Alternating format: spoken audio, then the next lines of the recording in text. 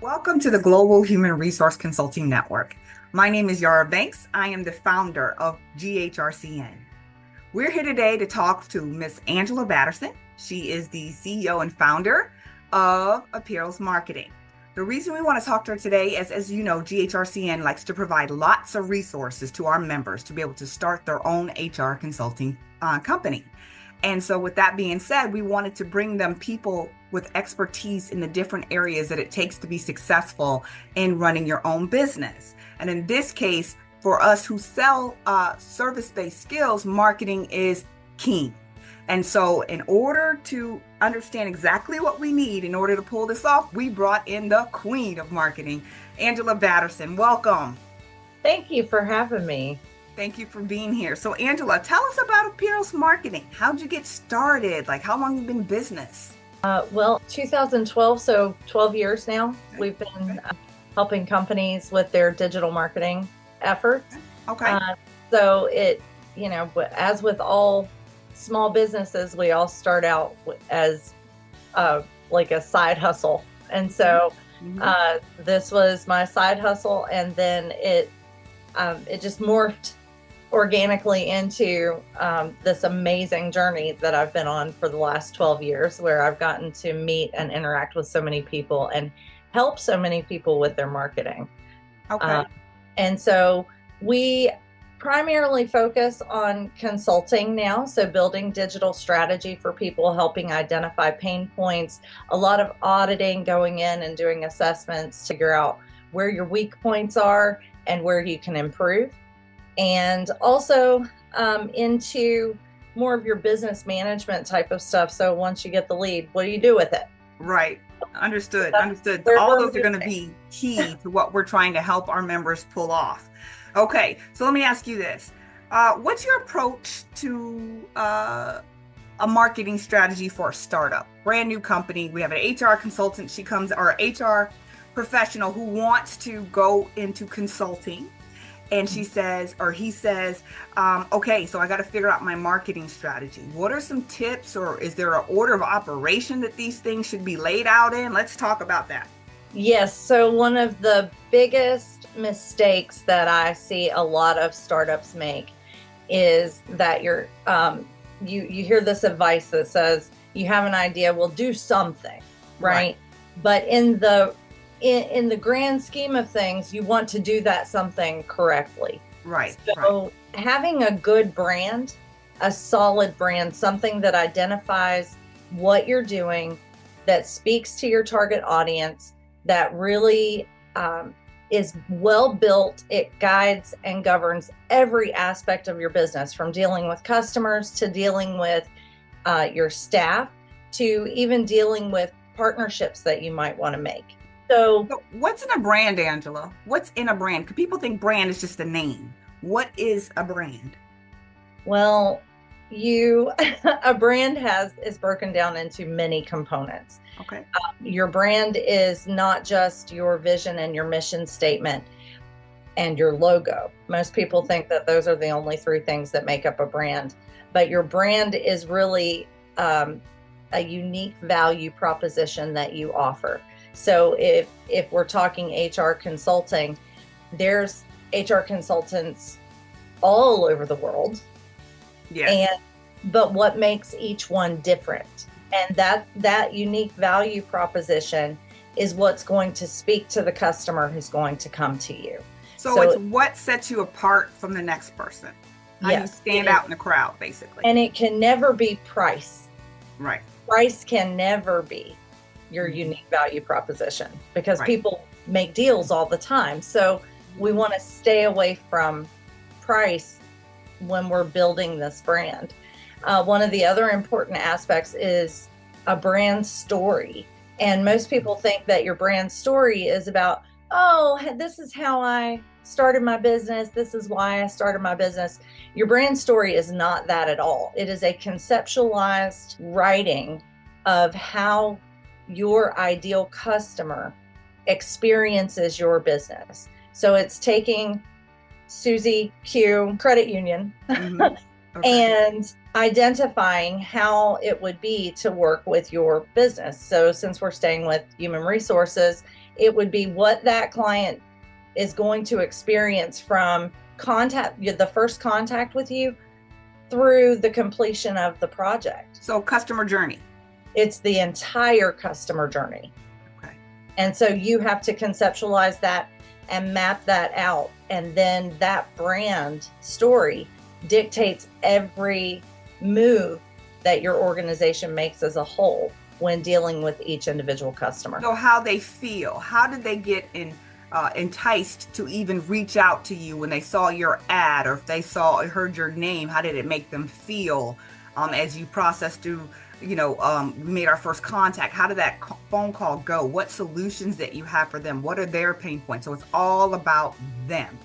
Yes.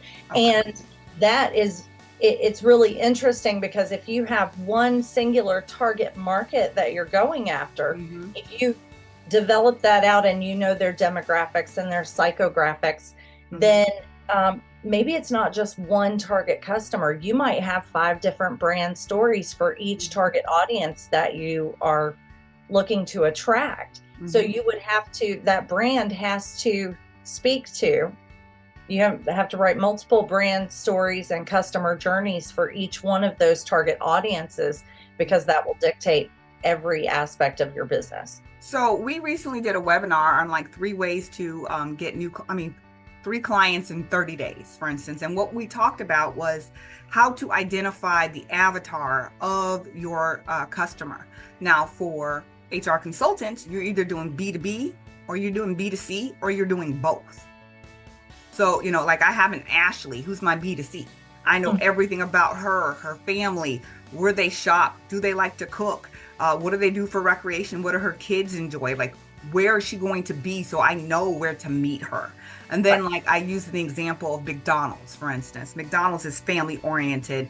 Affordability is one of the things that they talk about. They also do a lot of philanthropy, like we run a McDonald's house. So we know they like to be involved in the community. So if I'm looking to meet, rub shoulders or elbows with some of those CEO or C-level decision makers, I'm going to be like, okay, what's the next event they have? They're doing a 5K for the Ronald McDonald House. Well, I think I need to be at that 5K, right? Yes. So yes. That's why we have to go that deep into it. So we understand, like you said earlier, the psychographics. Where do they get their information? Do they enjoy reading a physical book or an ebook? Those are the kind of things that we need to be able to determine. Can you speak a little bit more about identifying your ideal customer profile when it's an organization? Because I think a lot of times people mess up and they say, I'm going to get the ideal customer profile of the decision maker, but really you need it to be of the organization itself. Can you talk more about that?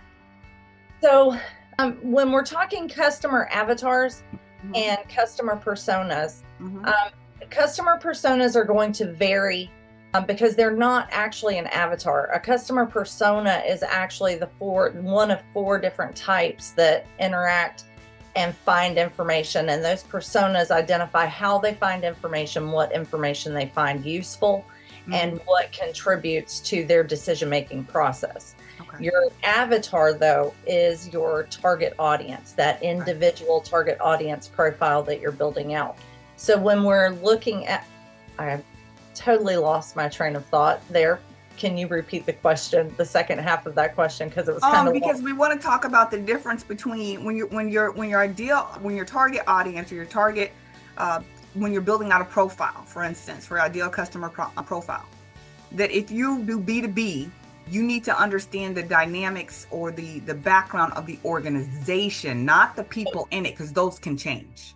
Yes. So you might have an entirely different target audience that is the business, but then within that business, you need to develop out the people and the organizational structure. So having some knowledge of how organizational structures work and how they work within an organization is going to help you build out the avatars for those particular people under the main one. So you can have a primary customer profile or avatar and have sub avatars underneath it. So if you are looking, B2C is a lot easier to identify because they're either male or female.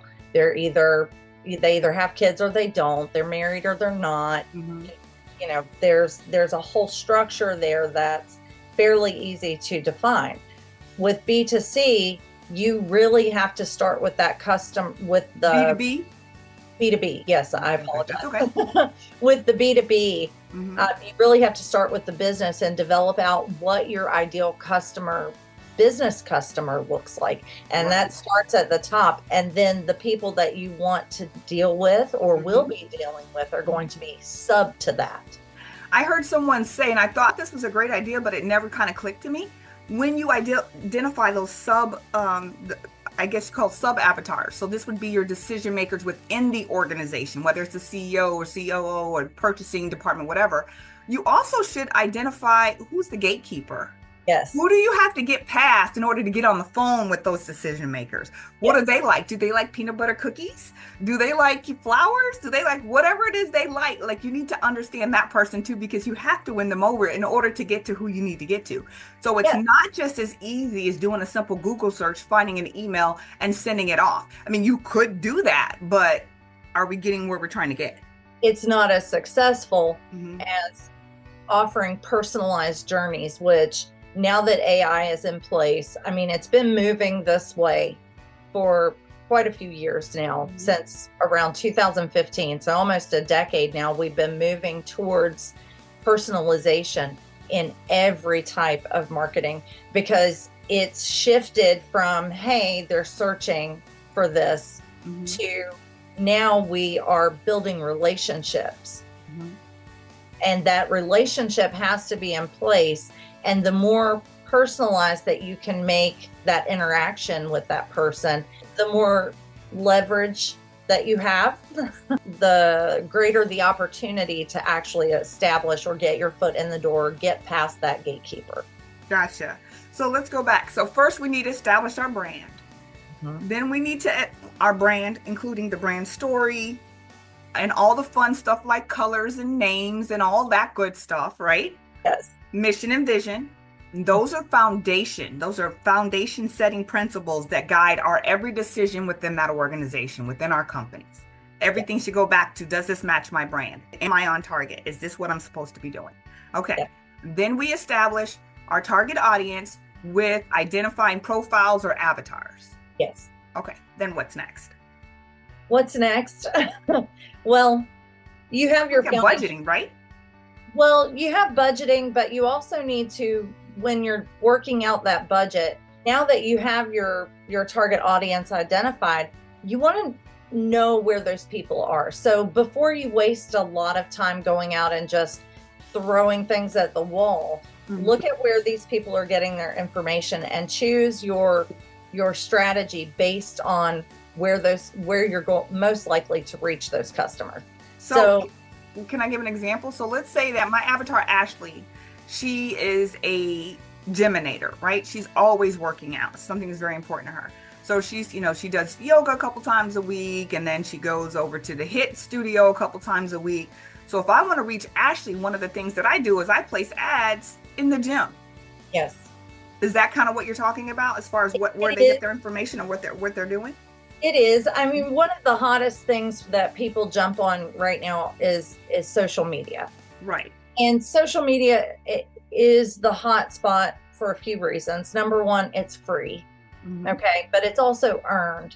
So you can set up your profiles on all the social media, but if you are wasting hours and hours and hours each month crafting posts, throwing them out on every platform, and your audience isn't there, that's wasted effort. Absolutely. And money and time. Money. And money and time. Well, time is money. So if you're wasting hours, that just starts at the top and rolls down. But so you want to be very strategic in choosing where you want to be. And then once you have that, then you want to look at a budget. Now, what's really important to note is that in an ideal world, okay, so you're a startup, funds are typically tight during an initial startup, unless you have investors, and it's a big deal. But you're not going to have a lot of funds just yet. So an average budget companies, this is kind of a across the board, is between 5 to 15% of your profit is supposed to go back into your marketing. Okay, 5 to 15% of profit. Yep. Of profit. Okay. So if you're a startup, you might not have a lot of profit right now, but taking that 5 to 15%, do two or three budgets, do 5, 10, and 15, and see where you are. And if you're a startup and you have projections, financial projections on where you're going to be, which should come from your business plan, which is a completely different topic, take those financial projections and do 5, 10, 15% budgets to see where you land. Right. And then as you're going through those budgets, I offer a free budgeting worksheet that has all of the different digital marketing components on there, so that you're broken down by month so that you can plan out. So you're going to look at the areas that you've identified where your target customer is and pop those into your digital marketing budget and see where you land each month. See what your expenses are going to be. Okay. And you can always do more, but I recommend starting conservative because you don't want to break the bank. Okay. I learned firsthand in one of the businesses I started out. I thought, oh, this is great, but understanding that because I'm service-based or because I'm virtual and not a brick and mortar, that if people don't know you're there, then they don't know where to find you. So you have to pour that money into marketing. But what I did was like throwing good money after bad is what I was doing. I mean, I almost like maxed out my very first business card on just marketing. Yeah. I mean, yeah, I made some money back, but I still was in the hole at the end of the day, right? Because I was just, like you said, throwing it at the wall to see what would stick. So I learned that lesson the hard way. That's one of the things we're trying to prevent for our GHRCN members is throwing good money after bad. So we want to be very strategic about how we spend that money. I want to stop because I think a lot of times people get this confused. Please identify for us the different types of marketing, because immediately when people say marketing, the first thing anyone thinks is social media. Is that the only form of marketing? No, ma'am. All right, let's talk about it. Okay, so there are really 4 main marketing components for digital. Okay, that are, because you have your digital marketing and then you have your traditional advertising. Okay. So they're 2 different segments. With your digital marketing, you have 4 components that are completely dependent on a foundational component, which is your website. And then under each one of those components, you have SEO, you have PPC, which is pay-per-click, you have your social media, and then you have your email marketing. Okay, so for some of us who, a little bit older and forgetful, what is SEO? Search engine optimization. Okay. Yes. So search engine optimization is the active. There's several different pieces to SEO. It's a beast. It is something that you can learn and can tackle. And there are certain things that you can do on your own to improve your website. But it's the act of getting your website to rank for specific keywords when your ideal customer or your target customer is searching for that. So if I'm looking for someone to bring in as a third party for HR into my business to, work out some kinks or maybe do some conflict resolution, things like that, or maybe I'm merging with another business and I need help, then I would search online for an HR consultant. If I'm an HR consultant, I want my website to rank for that. Right. That's a primary keyword that indicates people aren't just really shopping around. They know exactly what they need. They're looking for the right customer. They're looking for the right person to do business with. Okay, very good. All right. So we understand that traditional advertising and digital marketing are 2 totally different things. And marketing is not a broad stroke for social media. No. So that's important to know. That's important to know. So when you build out your budget, you don't want to just do a marketing chunk. You want to be able to break down. Do you have, and I hate to put you on the spot, but do you have percentages about what part of your social media bucket, of your marketing bucket should go to each part of that? Or does it work like that? Well, it's broken down in the budget that I don't have in front of me right Okay, now, sure, no problem. but it does, like, there are certain things based on the way that digital marketing evolves. You have to work in certain aspects. So you might need a website refresh every 3 years or 4 years if you're not consistently in there changing it or adding content to it. There are different things that you need to move around and budget for in certain years. So there is that breakdown, but you have to understand how the different digital marketing tactics work together in order to give you your best ROI.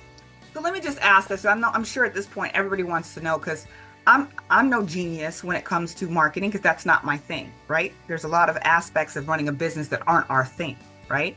So do you offer a service where I can come to you and just say, hey, I'm starting this business, or I've started this business. Can you give me is there like an audit or some sort of review that you can do over my, social media or marketing assets, my website and things like that? Is there something you can do? Oh, yes, we do. We do search engine audits all the time. Okay. We also do social media audits to look at your brand presence and kind of, you would provide your top 3 competitors. So the people that you're trying to, like, if whoever it is that your ideal target customer is going to, we want their information so that we can position you or show you where you're positioned as far as they're concerned. Got it. Now, as a startup, how realistic is it that I would be, up there next to one of the big guys when someone types in HR consultant? What's that for the organic traffic, the real life buildup? The real life buildup is 3 to 6 months. Okay. So from the moment your website is built, you need to have at least a foundational SEO built into your website. Okay. And that means that they've also added analytics, and they've also added search engine, Google Search Console. She's talking about data, folks. Data. So as a human resource consultant, data is what drives what we do. It should be driving our decisions. So talk to us a little bit about some KPIs or some metrics that we should be keeping our eyes on when it comes to marketing. We shouldn't just throw money out there and see what happens. We need to have some identifiers. What does that look like?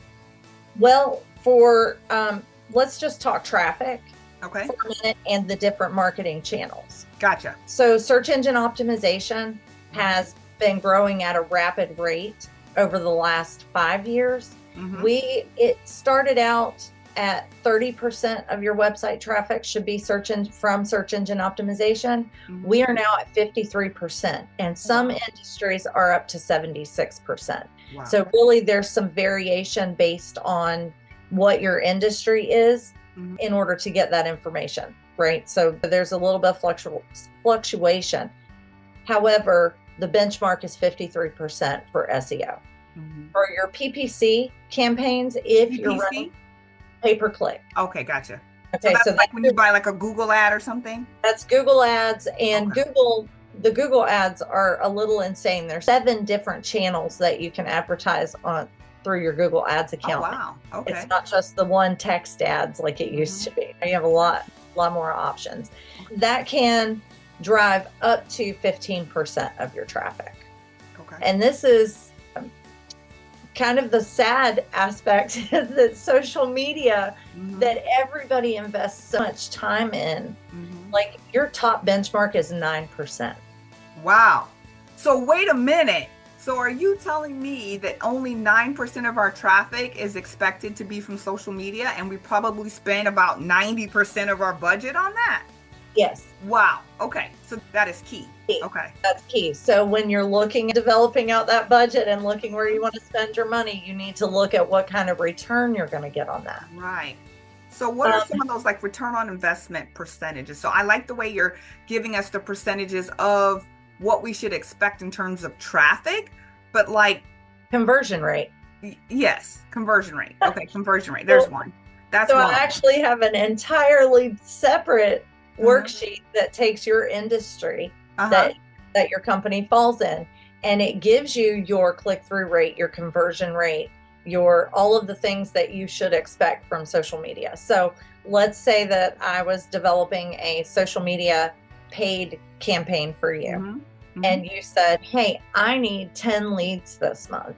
I could pop in 10 leads, and based on your industry's conversion rate, click-through rate, cost per click, I could tell you exactly what your budget spend was going to be per month. Wow. Is that a worksheet that you'd be willing to give to the members of the GHRCN? Can we ask you for that? Okay, great. We can attach it to this video. I appreciate that. Yeah. Like, we want to give them everything they need. We don't want to go so high level though, because guess what? This is not our thing. But we want to have a working knowledge over the things we're supposed to be looking at, right? We want to have that. What is it? What is the number of touches or contact that a person has to have before they convert?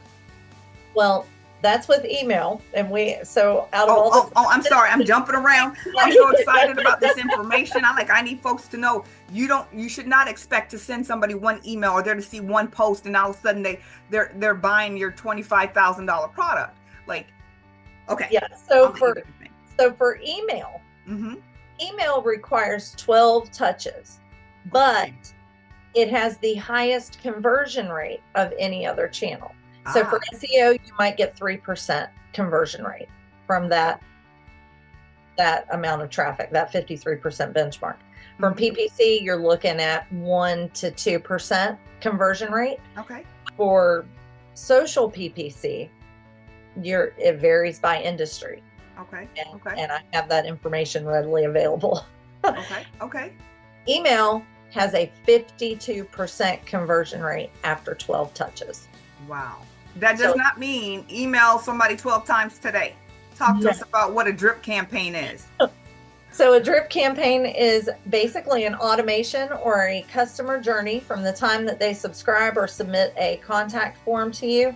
They should immediately flow into an email drip campaign talking about you, talking about your products, talking about why you're different, your entire brand story. Okay. Yes. Okay. Laying out all of those, and it can go for up to 12 weeks. You can set them up to behaviorally based. So yes, you opened it, then you get this next email. No, you didn't. You go over here and you recycle. Okay. But you can keep them in that drip campaign until they unsubscribe. Okay. Right? But if they are in there long enough to receive those 12 email touches, you have that 52% conversion rate. And let's talk just numbers. Sure. If you have 100 contacts that you're emailing, 52 of them will convert to customers after 12 emails. Wow. But the emails have to set the right tone. They need to represent your brand. They need to have elements like a call to action, right? Where people can find out more information. Talk to us about the messaging in this email. Don't just send me a newsletter every week. Like, talk to me about what those emails need to entail. Well, they need to have a subject line that converts, that gets open or click to open. So I'm not going to be sending emails. Have you received spam emails that say, hi? Yes. So I want to do this with you. I don't know you. I don't want that. So your customer journey in there should be introducing you to them, why you're different, the types of things that you handle, all of these things that are going to speak to your target audience. So you can't I wouldn't recommend going willy-nilly and just saying, oh, well, this is going to be another thing that we just throw and stick at the wall. Right. You can use your target audience, and based on everything that you know about that avatar, make that email speak to them. So HR is a solutions-based business, right? So would it be, in your opinion, your professional opinion, would it be helpful or advised to speak to a problem and then a solution? It would, but I feel like that can also lead you down the wrong road. It's It's not something that I would start out with. Your initial email to them needs to be a feeling. Okay. Well, right. But our solutions, though, sometimes provide those feelings. So, like, let's say you're a small business owner and you're tired of managing all these people and it's taking up so much time from you, or getting calls all hours of the night and so maybe, like, for example, something like, about how would they feel if they were having peace of mind, or how would they feel if they got some time back to spend with their family, that kind of thing. Does that work? Okay. Yes. So you can do your problem solution phrased in a way that gives them a feeling of how they will feel once they Got it. Got it. Got and it. then once that click open, Mm-hmm. you want to do something that grabs their attention. So you want to address the problem immediately. You want to tell them what you're solving. Mm-hmm. And because they're already, if you've got them as an email, they're most likely already looking for it. You've captured their email through a subscribe, so they're already interested.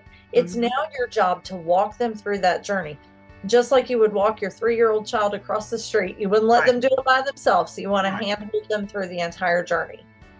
And so that's what an email does. I love it. Now, I want to switch because our time's running short, but I really need this for our people. What I need to know, let's talk about thought leadership, right? That's the main kind of social proofing that we have as consultants, is thought leadership.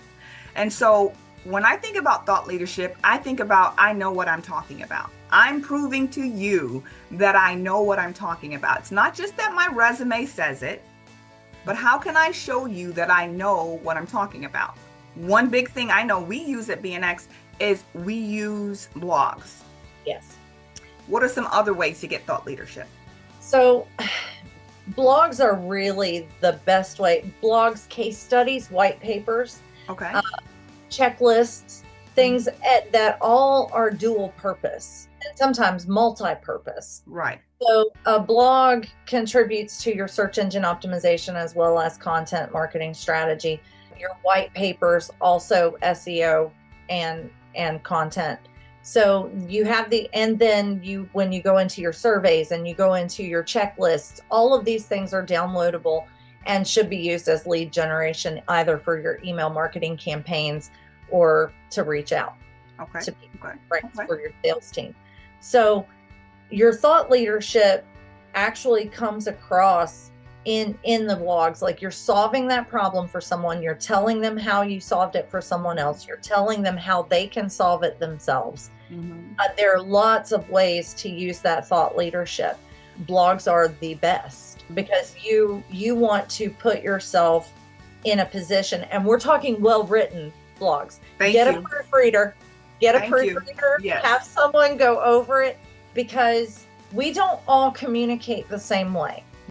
I'm a digital marketer. Sometimes I have to read things 3 or 4 times to make sure that I didn't switch past to present tense and back and forth, because you're trying to get this information out of yourself so quickly that, and then you think, oh, it's done. I'm just going to throw it up there or throw it out there. Please don't.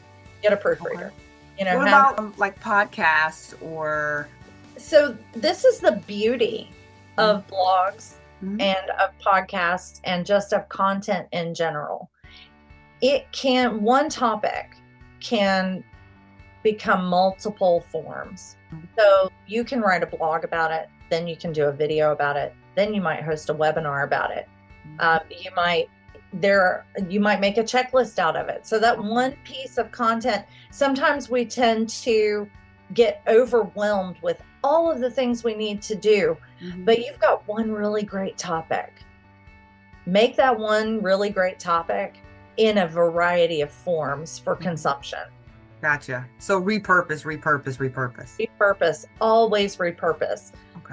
Because your information is valuable. And sometimes I see startups going, well, it's just really simple what I do. Like, from their perspective, you actually have to step outside of yourself and pretend to be your customer. And what information are they asking? So a big source of where I get my blog content is, what are people asking me? Exactly. We're trolling. I'm going to the HR groups. I'm going to the management groups.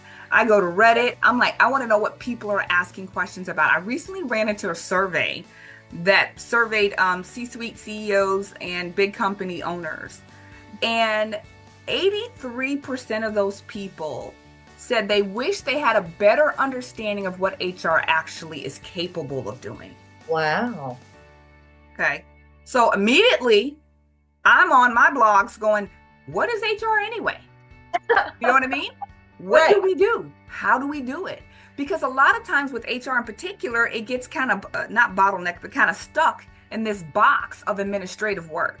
But at BNX, we have 3 levels engagement. We have strategic, which is long-term planning and visions. And then we have tactical, which means right now we got to fix it. It's urgent, or we have to fix it in a short time, period of time, 3 months, 6 months, right? And then there's administrative. And sometimes they run concurrently or consecutively, but there's many different areas or levels of engagement. And I think that a lot of times people get pigeonholed in HR just being administrative, not realizing the potential of what could be if you tap into it or allow it to be what it's supposed to be. So I found that article I just thought people knew and they just didn't want all that extra involvement. They don't understand. So guess whose job it is to teach us? Teach them. We need to teach our clients what they need from us. I like that a lot. I believe that we go through our business thinking that people fully understand what we do. Mm-hmm. And it's not unique to HR, and it's not unique to marketing. Mm-hmm. It is unique across the board. We all share it. It's actually a very common thing that people do not understand what your business does if you don't tell them. In language that they can understand. Yes. Very good. Okay. And just to wrap this up, do you have any last minute best practices or tips for startups, things that you want them to walk away from this conversation remembering? Give me 3. Oh, start SEO early, often, and continuously. Okay. All right. Even if it's an inside job. Okay. Start that. Don't waste your time on places where your customer is not. Okay. Identify those early and maintain consistency. Eventually they will pay off. Okay. Okay. And if you are in a position where you want or need clients immediately, ask someone about PPC and Google Ads. That's the bridge. Okay. So a couple of things I want to say. First of all, I want to thank you very much for being here and sharing some of your wisdom with us today. Pleasure. But I also want our members to know where they can find you. First of all, you're going to be in our preferred vendors list, so we will have a directory listing on our website, so you guys can reach out to Angela there. But in the meantime, in between time, where can people find you to get more of this fabulous information, find out what services you have available that you can offer? Talk to us about how we contact Apeiros Marketing. Oh, well, apeirosmarketing.com with APEIROS. I broke all the English rules. Okay. And then my phone number is 904-586-5843. So they can call, shoot me a text. Okay. And angela.b@apeirosmarketing.com is my email. Okay. Are you on social? I am, but not so much. Not so much because that's not necessarily where your customers are, and that's okay. Well, sometimes they are, and sometimes they're not. But I maintain a presence because it's polite. Okay, I got it. Okay, so Angela B at apeirosmarketing.com. Thank you so much for being with us today. We really appreciate all the gems that you dropped for us, all the information that you gave us, and just really some understanding and clarity about this marketing thing. What is this marketing thing? I think it's going to be valuable to our members, and we really, really appreciate you taking the time to meet with us today. Well, I have had a blast being here. It's fantastic. Thank you so much. All right, thank you.